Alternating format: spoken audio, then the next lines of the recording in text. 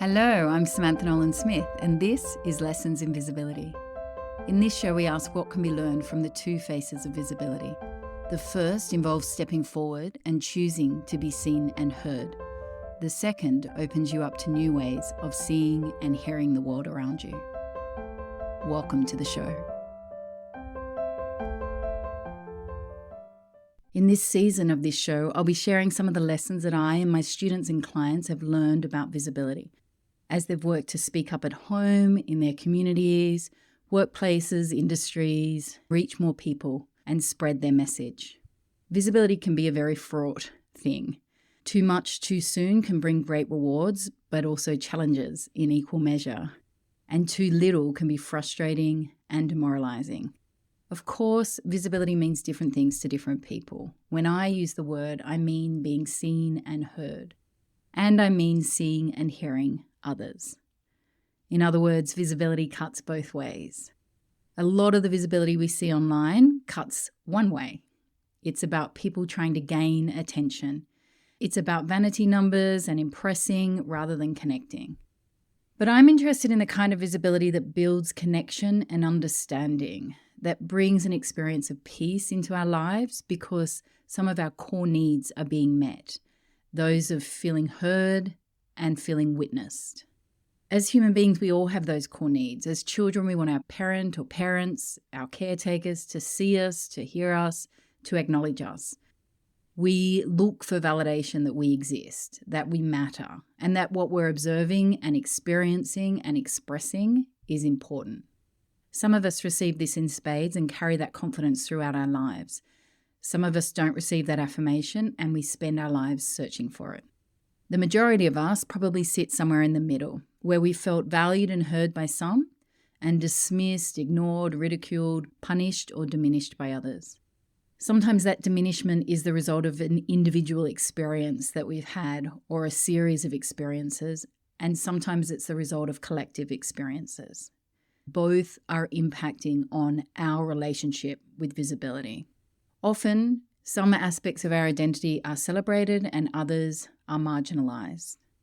Some parts of ourselves have been too visible, sexualized, objectified, or demonized for belonging to a group.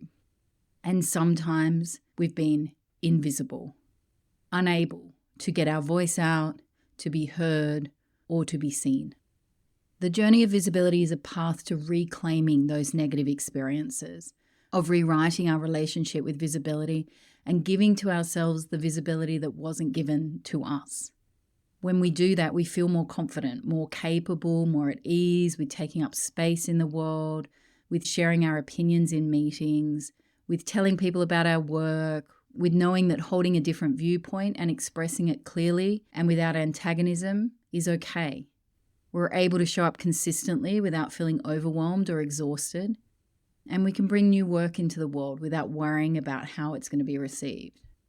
In this first season of Lessons in Visibility, I'm sharing lessons from our signature program that I've facilitated over the past 4 years. It's called Women Speaking Up. Because this is the final year that we're offering the program, I really wanted to honor the work and the people who've been a part of it. And so I'm starting with the lessons that we've collectively learned in that time. I'm sharing lessons that came directly from questions asked inside the program, as well as lessons I've learned as the program creator and facilitator. I'll be sharing some of the conversations we've had and some of the core approaches to visibility we've adopted as the body of work grew and clarified itself over the 4 years. Women Speaking Up students are women, all who identify as women, from across the globe. Most are business owners, some are founders of not-for-profit organisations, some are working full-time on their businesses or organisations, and some are building a side gig. All of them are working out how to best utilise the online world to expand their reach.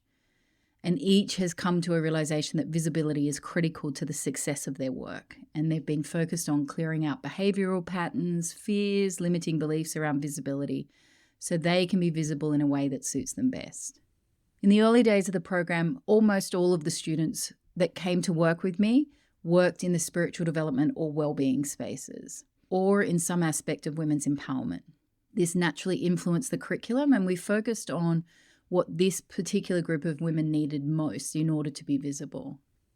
That looked like a range of things, like developing healthier habits, introducing regular rhythms into their work, lots of block clearing, and permission to be themselves in a world that doesn't always understand their work or their perspective.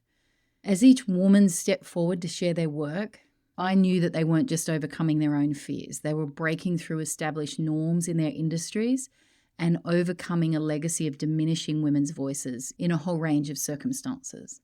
This included the way we approach birthing and parenting, the treatment of women's bodies in the medical profession, using intuition as a core sense and integral part of human intelligence, understanding a preventative approach to well-being, healing energetic and emotional wounds, speaking up about women's experiences in the workplace. Many were carrying intergenerational trauma arising from their own lineage, as well as a very specific collective consciousness being carried by women in European and English-speaking countries around the witch hunts, which is not to say there aren't other collective experiences around the treatment of women and witches in other parts of the world. But this particular group had that collective experience to work through, to clear. Many carried an archetype of the outcast and were conscious that proposing alternative ways of living and being in the world may see them being cast aside by the mainstream. This naturally affected the way we approach visibility and what we worked on. And in a forthcoming episode, I'm going to talk about the 4 types of visibility blocks. And you'll hear me talking about clearing the energetic layer of the being. A lot of the work in the early days of women speaking up has informed my understanding of that layer. And because women speaking up has also always attracted women interested in working with other women, the other aspect of visibility that has been a consistent area of focus has been the way that gender conditioning impacts how we speak, how we're heard, and the way we feel about our bodies and about taking up space in public. Of course, that has always been approached intersectionally. What I have discovered over the years is that this work is essential for anybody working in women's empowerment spaces. I've seen a great many programs losing their way or unintentionally disempowering the female students because this work hasn't been done. So this is something we explored in detail, particularly with our senior students, as we took feminist philosophy and considered how we could not just understand it, but integrate it into our business practices. Women who are working in spiritual and personal development, in well-being or in women's empowerments are still the mainstay of women speaking up. And this year our focus has expanded. We're working with change makers more broadly, and I like to describe that group of people as anyone working to support the planet and its people. So as we make this transition over the next 6 months to broaden our perspective to support change makers more generally, I felt that it was really important to record some of the lessons from this first critical group of women who have done so much work in laying the foundations for our collective understanding of visibility and paving the way for others to follow. I hope that you'll join me in this season. I'm really looking forward to sharing these lessons with you, and I'll see you in episode 1. Thanks for listening to Lessons in Visibility. If you'd like to connect in other places, come on over to theschoolofvisibility.com, and you can also find us at The School of Visibility on Instagram, Substack, Facebook and Threads. Lessons in Visibility is produced by the School of Visibility on the land of the Ngunnawal and Ngambri people. I acknowledge the peaceful legacy of custodianship that tens of thousands of years of coexistence with the land has bestowed on us all. And I note the visibility journey that remains unfinished. Voice, treaty, truth.